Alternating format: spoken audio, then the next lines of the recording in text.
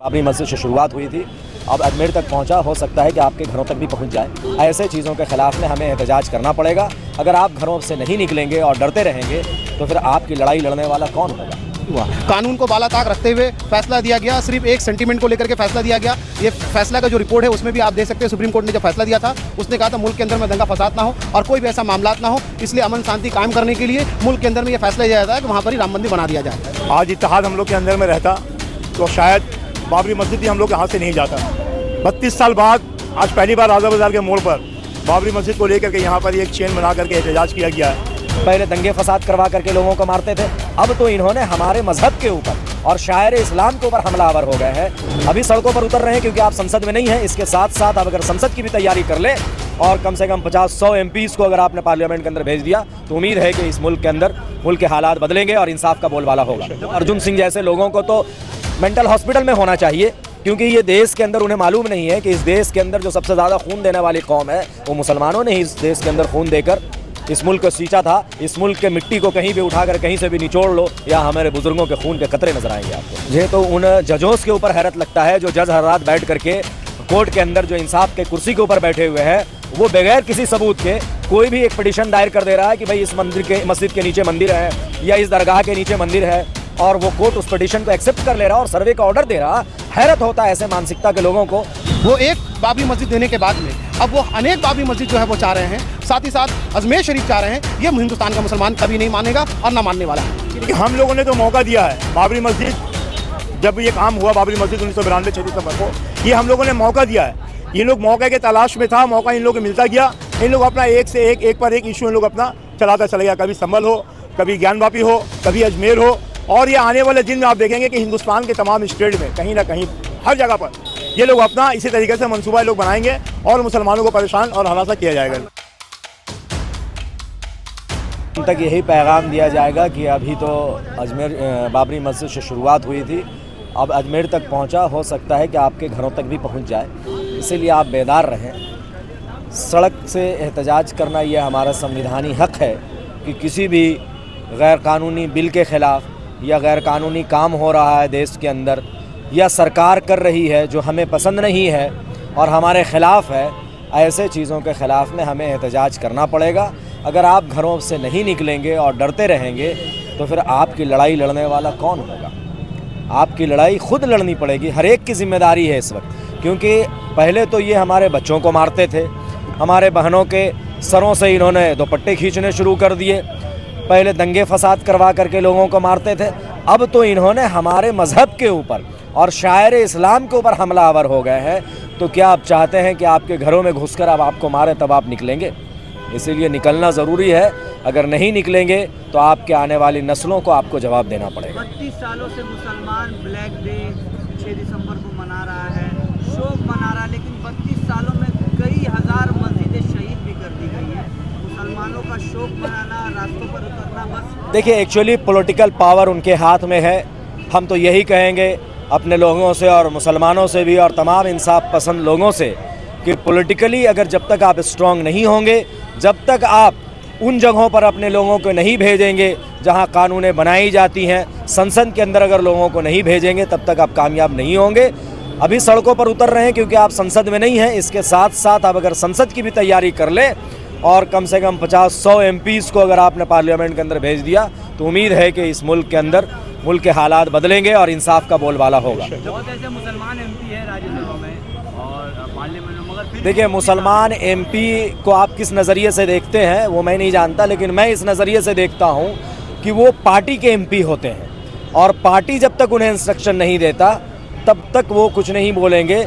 इसीलिए मैं ये कह रहा हूँ ये सेकुलर कही जाने वाली पार्टियों से थोड़ा सा दूरी बनाए, इनके ऊपर भरोसा रखें, लेकिन उतना नहीं जितना कि रखना चाहिए, उससे कुछ कमी भरोसा रखें और अपने लोगों को मजबूत करें। माइनॉरिटी के लोग जब कुछ भी बयान देते हैं तो उन पर NSA UAP लग जाता है, लेकिन अभी देखा जा रहा है कि नफरत अंगेज फैलाने वाले जो लोग हैं नफरत फैला रहे हैं। खासकर अर्जुन सिंह ने कहा है कि मुस्लिम समुदाय में पंचर बनाने वाला और प्रोफेसर दोनों एक ही सोच विचारधारा का, मौका मिलेगा तो अभी गर्दन इससे तो कोई कारोबार ना करें, इनसे कोई ताल्लुकात ना रखें। इससे तो उनके मानसिकता का पता चलता है। अर्जुन सिंह जैसे लोगों को तो मेंटल हॉस्पिटल में होना चाहिए, क्योंकि ये देश के अंदर उन्हें मालूम नहीं है कि इस देश के अंदर जो सबसे ज़्यादा खून देने वाली कौम है वो मुसलमानों ने ही इस देश के अंदर खून देकर इस मुल्क को सींचा था।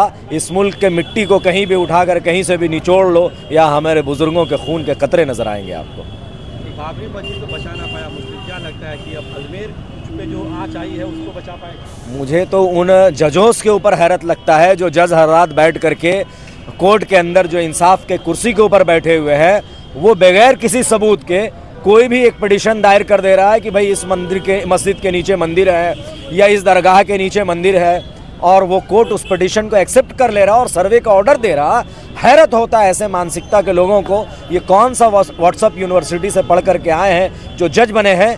अर्जुन सिंह के लिए यही मैसेज है कि देखो पंचर बनाने वाले कौन है।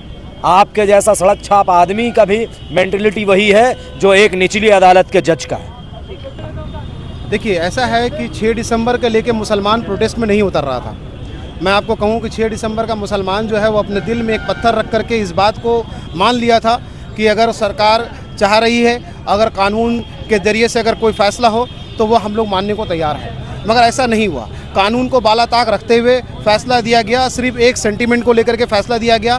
ये फ़ैसला का जो रिपोर्ट है उसमें भी आप देख सकते हैं, सुप्रीम कोर्ट ने जब फ़ैसला दिया था उसने कहा था मुल्क के अंदर में दंगा फसाद ना हो और कोई भी ऐसा मामलात ना हो, इसलिए अमन शांति कायम करने के लिए मुल्क के अंदर में ये फ़ैसला लिया जाता है कि वहाँ पर ही राम मंदिर बना दिया जाए। तो मुसलमानों ने इस बात को देखा कि मुल्क के अंदर अगर दंगा फसाद ना हो, अगर हमारा एक तबका भाई जो है जो हमारे साथ में रहता है उससे अगर खुशी महसूस होती है तो हम अपनी मस्जिद वहाँ से जो है इसको अपने दिल में पत्थर रख करके हम लोग उस बात को, पूरे हिंदुस्तान के मुसलमान ने, पूरे भारत के मुसलमान ने अपने कानून के ऊपर में आस्था रखते हुए इस बात को मान लिया था। लेकिन आज का जो मामला है वो एक बाबरी मस्जिद देने के बाद में अब वो अनेक बाबरी मस्जिद जो है वो चाह रहे हैं, साथ ही साथ अजमेर शरीफ चाह रहे हैं। ये हिंदुस्तान का मुसलमान कभी नहीं मानेगा और ना मानने वाला है। कितना पत्थर दिल पे रखेंगे? उस पत्थर के नीचे तो मुसलमान दब जाएंगे। जी वही बात है, इसलिए एक पत्थर हम लोगों ने रख लिया, दूसरा पत्थर रखेंगे तो हमारा ईमान भी ख़त्म हो जाएगा। मुसलमान को अपने ईमान को बचाने के लिए मस्जिदें की ज़रूरत है, दरसगाहों की ज़रूरत है, खानकाहों की ज़रूरत है। अगर मुसलमान का ये सब सामान नहीं रहा, ये सब चीज़ें नहीं रहीं जो हम लोगों ने अल्लाह के नाम पे वक्फ किया है,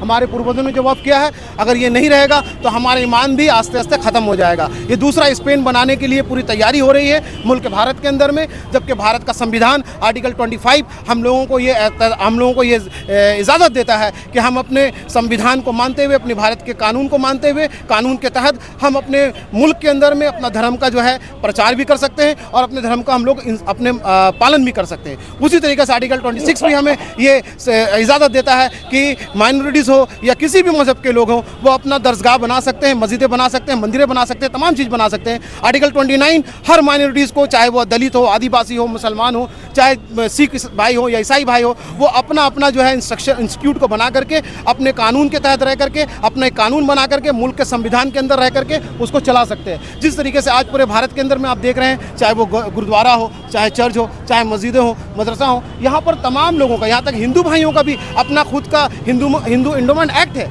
जहाँ पर वो लोग खुद अपना मजहब का प्रचार और प्रसार करते हैं। उनके लोग वहाँ पर रहते हैं और उनके कानून में भी लिखा हुआ है, जिस तरीके से वक़्फ़ में लिखा हुआ कि एक मुसलमान, क्योंकि वो जानता है नमाज कैसे पढ़ना है, वो जानता है तिलावत कैसे करना है, इसलिए उसको मस्जिद में रहना ज़रूरी है। उसी तरीके से हिंदू भाइयों को मालूम है कि वो अपना वेद और कुरान का प्रचार किस तरीके से करेंगे, उनको मंदिर में रहना ज़रूरी है। उसी तरीके से एक गुरुपंथ को जो है जानने वाले लोग जो हैं गुरुद्वारा में रहना ज़रूरी है, कि बाइबल को जानने वाले लोग क्रिश्चियन भाई जो हैं उनको अपना चर्च में रहना ज़रूरी है। तो मुसलमानों का पूरा हक है, जो संविधान हमें हक दे रहा है, लेकिन ये हक हमसे छीना जा रहा है, संविधान को वायलेशन किया जा रहा है, इसलिए मुसलमान सड़कों पे निकला हुआ है। बिस्मिल्लाहिर्रहमानिर्रहीम। खुद ही को कर बुलंद इतना हर तकदीर से पहले, खुदा बंदे से खुद पूछे बता तेरी रज़ा क्या है। आज मामला अजमेर का हो या मस्जिद का हो, आज आने का सबसे बड़ा हम जो बात समझते हैं कि हम लोगों ने अपने अंदर इत्तेहाद को खो दिया है। आज इत्तेहाद हम लोग के अंदर में रहता तो शायद बाबरी मस्जिद भी हम लोग के हाथ से नहीं जाता। 32 साल बाद आज पहली बार राजा बाज़ार के मोड़ पर बाबरी मस्जिद को लेकर के यहाँ पर एक चेन बना करके एहतजाज किया गया है। अगर ये 32 साल पहले होता तो शायद बाबरी मस्जिद हम लोग के हाथ से नहीं जाता। संभल पे जो हिंसा हुई है, देखिए हम लोगों ने तो मौका दिया है। बाबरी मस्जिद जब ये काम हुआ, बाबरी मस्जिद 1992 6 दिसंबर को, ये हम लोगों ने मौका दिया है। ये लोग मौके के तलाश में था, मौका इन लोगों को मिलता गया, इन लोग अपना एक से एक पर एक इशू इन लोग अपना चलाता चले गया। कभी संभल हो, कभी ज्ञानवापी हो, कभी अजमेर हो। और ये आने वाले दिन में आप देखेंगे कि हिंदुस्तान के तमाम स्टेट में कहीं ना कहीं हर जगह पर ये लोग अपना इसी तरीके से मंसूबा ये लोग बनाएंगे और मुसलमानों को परेशान और हरासा किया जाएगा। मस्जिद में सर्वे किया जा रहा है, कभी सीढ़ियों के नीचे मंदिर, कभी जामे मस्जिद में, कभी अजमेर में, तो कब तक ये चलता रहेगा? आज हम यही कह रहे हैं, आपको फिर यही बात दोहराना चाहेंगे कि हम लोग जब तक मुत्तहिद नहीं होंगे तब तक ये लोग अपने मंसूबे में कामयाब होते रहेंगे। आज हम तमाम आलिम उलमाओं से मैं अपील करूंगा कि तमाम फ़िरक़ों के बलाए ताक रख करके आप लोग एक जगह हो, मुत्तहिद हो, ताकि हम हर वो लड़ाई एक साथ होकर के हम लोग लड़ें। और ये तमाम चीज़ को हम लोग जो हम आने वाले दिन में जो प्रोग्राम लोग ले रहे हैं, इससे हम लोग मैसेज यही देंगे कि हम लोग मुत्तहिद होकर के इस प्रोग्राम को हम लोग लेकर के आगे बढ़ें।